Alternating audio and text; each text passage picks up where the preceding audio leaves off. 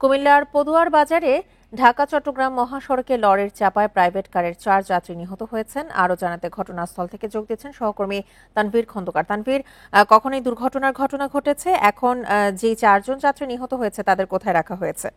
ঢাকা চট্টগ্রাম মহাসড়কে রয়েছে সেই ইউটার্নে দুপুর 12:30 নাগাদ এখানে একটি লরির নিচে প্রাইভেট কার চাপা পড়ে আমরা এখনো পর্যন্ত যে তথ্যটি পেয়েছি যে 4 জন নিহত হয়েছে, তারা 4 জনই প্রাইভেট কার যাত্রী। এছাড়াও আরো একটি সিএনজির লরির নিচে চাপা পড়েছিল, সেখানে আরো 2-1 আহত হয়েছে, যাদেরকে হাসপাতালে নেওয়া হয়েছে বলে আমরা জানতে পেরেছি।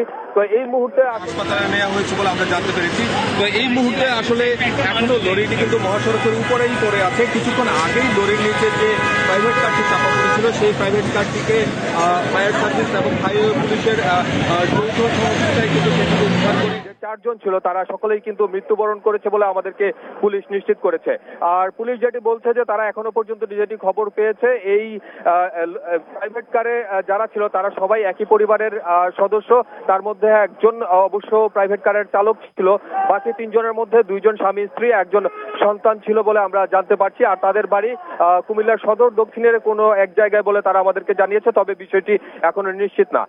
তবে এই ইউটার্নের যে এলাকায় দুর্ঘটনাটি ঘটেছে, এখানে প্রায় দুর্ঘটনা ঘটে, কারণ মহাসড়কের সবচেয়ে গুরুত্বপূর্ণ এলাকা পদুয়ার বাজার হাইওয়ে ওভারপাস এলাকাটি। এখানে আসলে যখন ঢাকা থেকে চট্টগ্রামমুখী কোনো যানবাহন যায়, ফ্লাইওভার থেকে নেমে সেটি কিন্তু দ্রুত গতিতে যায় এবং এখানে কোনো ইউলুপ না থাকার কারণে কিন্তু ইউটার্নেই চট্টগ্রামমুখী এবং ঢাকামুখী যানবাহনকে আসলে নোয়াখালী এবং ফেনী যাবার জন্য আসলে এখানে টার্ন করতে হয়, যে কারণে কিন্তু এই জায়গাটি সবসময় দুর্ঘটনার প্রবণ। তো আজকেও কিন্তু তার ব্যতিক্রম ঘটেনি। আমরা যতটুকু এখনো পর্যন্ত জানতে পেরেছি যে কাভার্ড ভ্যানটি চট্টগ্রামমুখী ছিল, উল্টা পাশ থেকে আসা একটি হানিফ পরিবহনের বাস যখন ঢাকামুখী লেন থেকে চট্টগ্রামমুখী লেনে আসলে প্রবেশ করছিল, তখনই ইউটার্ন নিতে থাকা প্রাইভেট কার এবং সিএনজিটিকে আসলে লরিটি চাপা দেয়। কারণ যখন বাসটি এই ইউটার্ন অতিক্রম করছিল দ্রুত গতিতে, তখন এই ভারী এই লরিটি আসলে তার নিয়ন্ত্রণ রাখতে পারেনি, যে কারণে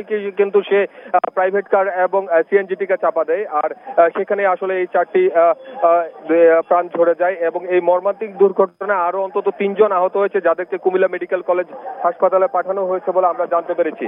তবে নিহতদের পরিচয় আমরা এখনো পর্যন্ত জানতে পারিনি, কারণ পুলিশ বলছে যে তাদের স্বজনদের কাছে আসলে ফোন করা হয়েছে। তারা কিছুক্ষণের মধ্যেই এখানে আসবেন। মরদেহগুলো ময়নামতি হাইওয়ে ফাঁড়িতে নিয়ে যাওয়া হয়েছে, সেখান থেকে তারা চাইলে সেগুলো নিয়ে যেতে পারবেন এবং তাদেরকে দ্রুত যোগাযোগ করার জন্য অনুরোধ করা হয়েছে। আর আমরা দেখেছি দুপুর 12:30টায় এই দুর্ঘটনাটি ঘটলেও দুপুর 2টা পর্যন্ত কিন্তু উদ্ধার অভিযান চলেছে। এই লরির নিচ থেকে আসলে 2টি রেকার দিয়ে প্রাইভেট কারটিকে উদ্ধার করতে হয়েছে। এখনো কিন্তু লরিটি আসলে উপরে পড়ে আছে এবং লরির নিচে যে সিএনজিটি সেটি কিন্তু এখনো পড়ে আছে। আমরা যদি একটু দেখাই, আসলে সিএনজিটি একেবারে দুমড়ে মুচড়ে গেছে। এই সিএনজির ভেতরে যারা ছিল তারাও কিন্তু গুরুতর আহত হয়েছে।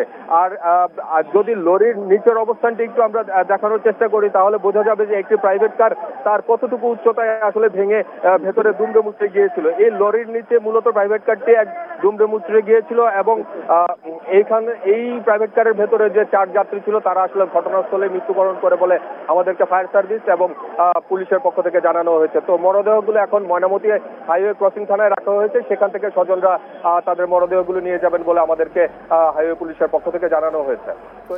কুমিল্লার পদুয়ার বাজারে ঢাকা চট্টগ্রাম মহাসড়কে লরির চাপায় প্রাইভেট কারের 4 জন যাত্রী নিহত হয়েছে। এখন পর্যন্ত সবশেষ তথ্য জানাচ্ছিলেন আমাদের সহকর্মী তানভীর খন্দকার।